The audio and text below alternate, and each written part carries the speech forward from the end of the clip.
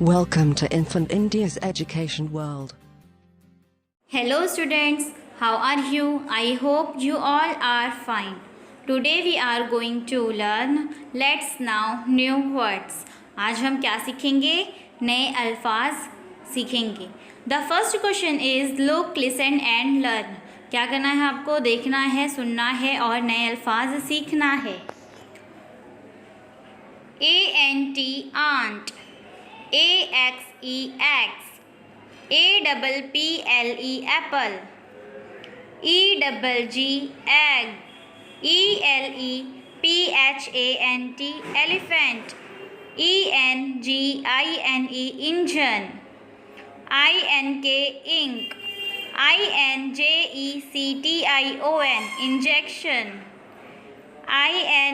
INSECTS insects, OIL oil, ORANGE orange, OX ox, UMBRELLA umbrella, UMPIRE umpire, UNDERLINE underline.